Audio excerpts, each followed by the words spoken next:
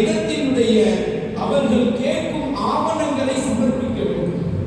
வக்ஃபுடைய இடத்திற்கு என்னென்ன ஆவணங்கள் எல்லாம் அவர்கள் கொடுக்க வேண்டும் என்று சொல்கிறார்களோ அதை சரியாக நாம் கொடுத்தால்தான் அந்த இடம் அவர்களுக்கு சொந்தமானது, வக்ஃபுக்கு சொந்தமானது என்று தீர்ப்பு செய்யும்.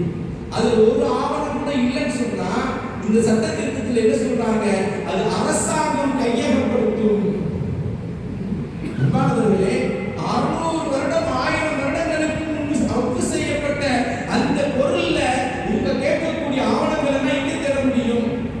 அன்பானவர்களே, 1991 ஒரு சட்டத்தை கொண்டு வந்தார்கள். எந்தெந்த வழிபாட்டு தலங்கள் எல்லாம் எப்படி இயங்கிக் கொண்டிருக்கிறதோ அவர்களுக்கு அப்படியே சொந்தமானது என்று. எந்த பள்ளிவாசலாக இயங்கிக் கொண்டிருக்கிறதோ அது பள்ளிவாசலுக்கு சொந்தம், வக்ஃபுக்கு சொந்தம்.